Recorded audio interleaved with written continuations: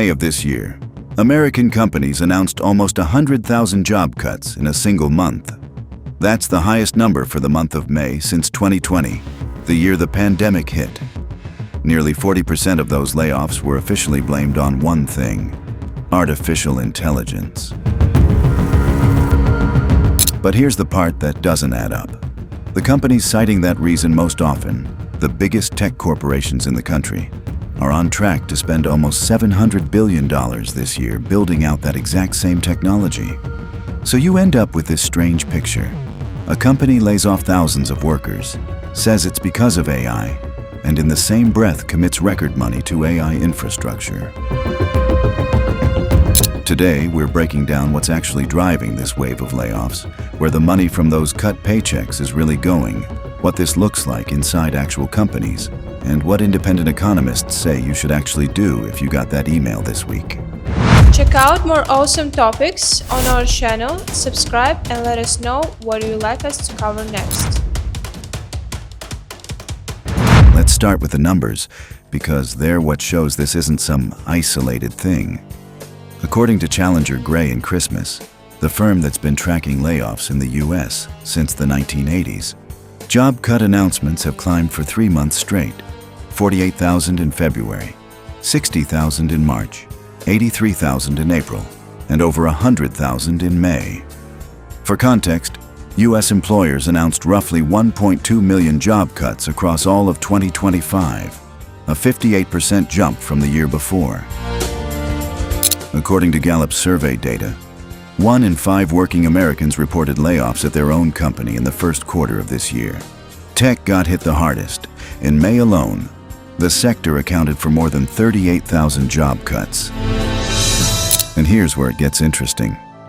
The official reason companies are citing most often isn't economic conditions or division closure anymore, the way it was even a year ago. From March through June this year, for the first time on record, artificial intelligence became the single most commonly cited reason for layoffs in the country. To make this less abstract, here are a few specific publicly confirmed examples, not rumors, actual statements from the companies themselves. Block, the fintech company led by one of Twitter's co-founders, cut its workforce nearly in half, from 10,000 employees down to fewer than 6,000, with its CEO telling shareholders directly that new AI-based tools had changed what it means to build and run a company. Logistics company C.H. Robinson cut around 1,400 positions after rolling out automated pricing and route planning systems.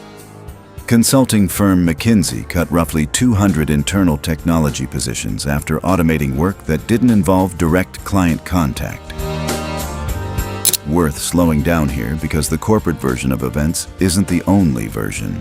Oxford Economics, an independent research firm, looked at nationwide data earlier this year and concluded that companies, on the whole, don't appear to be replacing workers with AI at any significant scale.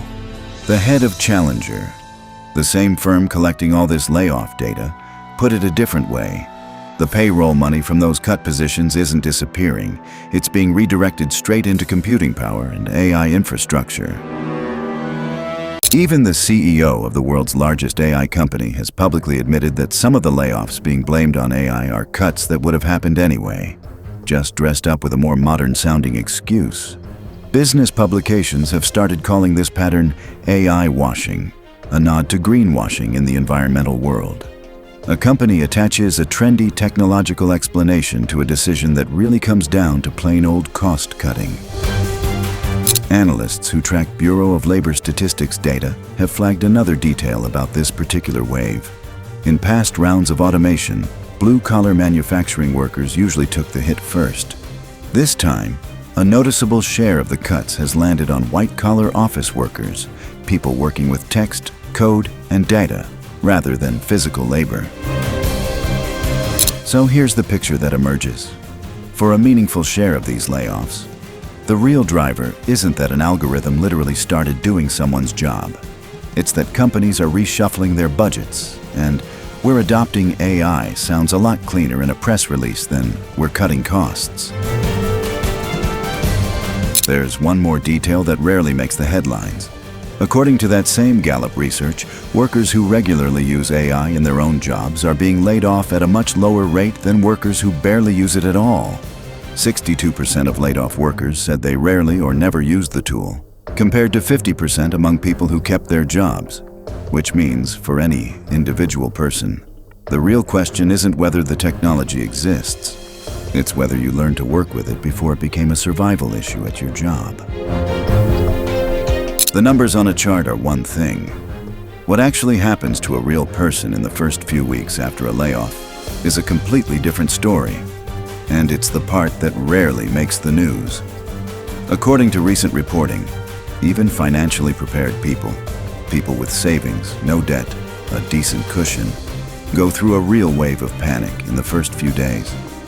One career coach who specializes in working with laid-off clients put it this way: a job isn't just income, it's part of a person's identity, and losing all of it at once tends to hit people harder emotionally than most expect going in. Then the concrete financial problems start. Health insurance that used to run through an employer either ends outright or shifts to a self-paid continuation plan, which typically costs several times more than what an employee was paying while still on the job. Unemployment benefits don't kick in immediately either. Nearly every state has at least one unpaid waiting week built in, and that clock only starts once you actually file, not from the day you were let go. There's also a less discussed group affected by all this: workers close to retirement. Someone who planned to keep working for another few years now has to decide on a short timeline whether to jump back into a job market that's often less welcoming to older applicants, or rework their entire retirement plan, including whether to tap retirement savings early and take the hit to their long-term growth that comes with it. And then there's the part that should worry people most. According to debt market research, a significant share of Americans in this situation start pulling money out of retirement accounts or taking on debt just to cover everyday expenses, shifting from saving for the future to patching holes in the present. We're not financial advisors, so what follows isn't our advice. It's what qualified professionals have told independent outlets while reporting on this exact situation.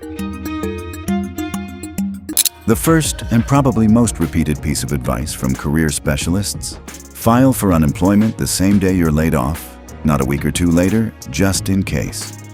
Most states don't backdate benefits, so your waiting period only starts the day you file, regardless of when you actually lost the job. Second, before signing any separation paperwork, employment law specialists recommend carefully reviewing severance terms and health coverage details, and not rushing to sign if the company is giving you time to think it over. It's also worth asking HR directly for written confirmation of everything: your last working day, how your final paycheck will be calculated, and the exact terms of any benefits you're keeping. Third, personal finance specialists consistently say not to touch retirement savings first. Look at your emergency fund, any grace periods on existing debt, and cutting non-essential spending before that. One senior wealth advisor, speaking to a national outlet, put it simply: the goal is to avoid making any decision you can't reverse before the initial shock wears off. The practical version of that advice is simple too. List every non-negotiable expense you have: housing, utilities, minimum debt payments, add it up, and only then figure out whether unemployment benefits cover that number or whether you need a backup plan.